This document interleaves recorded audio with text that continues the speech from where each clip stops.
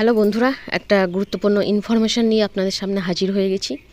ইতিমধ্যে আপনারা অনেকেই জানতে চেয়েছেন যে বর্তমান পরিস্থিতিতে পার্শ্ব শিক্ষকদের বেতন বৃদ্ধির যে বিষয়টা নবান্নে যেটা এগোচ্ছিল সেটা এখন কি পরিস্থিতিতে রয়েছে, নেতৃত্বরা ঠিক কী মনে করছেন, নবান্ন থেকে এর মধ্যে কি আপনাদের মেমো হয়ে অর্ডার জারি হবে কি না, একগাদা প্রশ্নের মুখে পড়েছেন পার্শ্ব শিক্ষক সমাজ।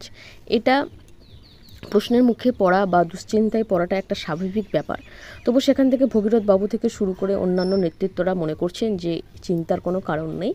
আপনাদের বেতন বৃদ্ধির যে বিষয়ে আশ্বাস পাওয়া গিয়েছিল, অবশ্যই আপনাদের সেই আশ্বাস মিলবে এবং মে মাসটাই যেন আপনাদের মুক্তির মাস হয়, এই কথাটা তারা জানাচ্ছেন।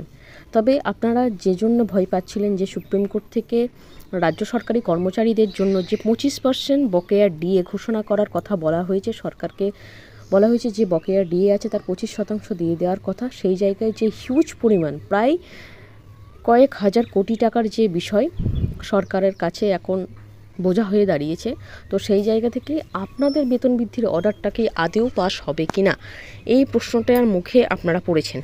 এবং আপনারা জানেন যে দীর্ঘদিন ধরে বহু রাজ্যের থেকে পশ্চিমবঙ্গ অনেকটাই পিছিয়ে রয়েছে, সেটা বকেয়া দেওয়াই হোক বা পার্শ্ব শিক্ষকদের ভাতায় বলুন বা মাইনেই বলুন, সমস্ত জায়গাতে কিন্তু পশ্চিমবঙ্গ সরকার পিছিয়ে রয়েছে। সেখানে রাজ্য সরকারি কর্মচারী, অস্থায়ী শিক্ষক শিক্ষিকা থেকে শুরু করে প্রত্যেকটা দপ্তরেই কিন্তু যে ধরনের বকেয়া জিনিসগুলো রয়েছে, যে পাওনা টাকা আপনারা পাবেন, সেগুলো কিন্তু রাজ্য সরকার এখনও পর্যন্ত কারোর হাতে তুলে দেয়নি।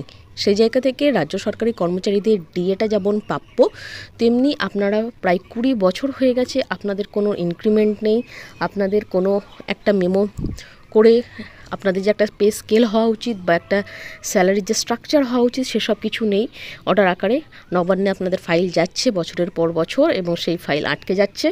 এবং গত 2 সপ্তাহ আগে আপনারা যে আশ্বাসটা পেয়েছিলেন বিকাশ ভবন থেকে এবং নবান্ন থেকে, যে এসপিডি সাহেব বলেছিলেন আপনাদের বেতন বৃদ্ধির বিষয়টা শিক্ষামন্ত্রী এবং মুখ্যমন্ত্রীর সাথে আলোচনার পর আপনাদের একটা সদুত্তর দেওয়া হবে, এরই মধ্যে সুপ্রিম কোর্টের যে ডিএ ঘোষণা হয়েছে সেখানে আপনারা সিঁদুরে মেঘ দেখছেন, যেখানে আপনারা বলতে চাইছেন যে এই পরিস্থিতিতে, বর্তমান পরিস্থিতিতে সরকার যেখানে চাপে পড়েছে এবং সেই জায়গা থেকে আপনাদের যে বেতন বৃদ্ধির বিষয় সেটা কি ধামাচাপা পড়ে যাবে।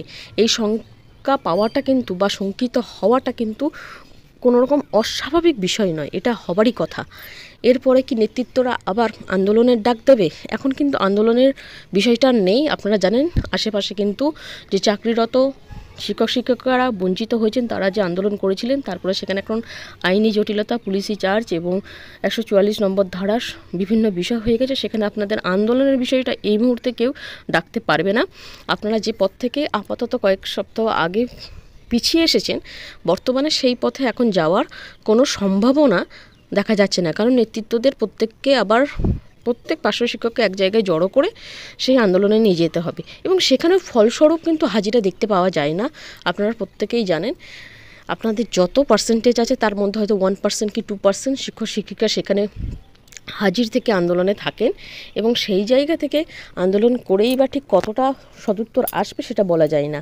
যেহেতু সরকার আপনাদের বিষয়টাকে একটা বিবেচনার কাছে রেখেছেন এবং সেই অনুযায়ী যদি এই মুহূর্তে একটা মেমো করে অর্ডার জারি হয়ে যায় তাহলে তো খুবই ভালো কথা। এবং আপনারা জানেন সরকার ইতিমধ্যে রিভিউ পিটিশন দাখিল করার চেষ্টায় চলেছেন এবং এই রিভিউ পিটিশন দাখিল করা এবং সরকারের কাছে কিছুটা সময় চেয়ে নেওয়ার মাঝে যদি আপনাদের মেমো করে অর্ডার জারি হয়ে যায় তাহলে একটা শুভ সময় আসতে পারে, এছাড়া আর কোনো পথ দেখছি না ইতিমধ্যে। তো দেখা যাক, আপনারা আশাহত হবেন না। নবান্ন থেকে কী ধরনের আদেশ আসে এবং নেতৃত্বরা ঠিক তাদের সাথে আবার আলোচনা করে কি পজিটিভ বার্তা দেয়, আমরা সেদিকেই তাকিয়ে রয়েছি। সেই আপডেট যখনই পাবো আপনাদের অবশ্যই জানিয়ে দেবো।